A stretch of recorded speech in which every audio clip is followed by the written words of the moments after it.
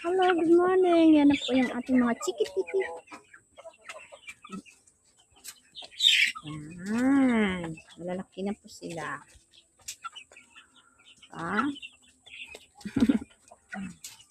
Yan. Ang ganda.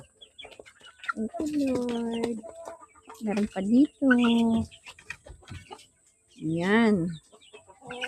Iba naman sila po. So, parehas lang. Ilang days lang yan. May edad-edad po yung dalawa. Ang hanggang sa una. Ayan po.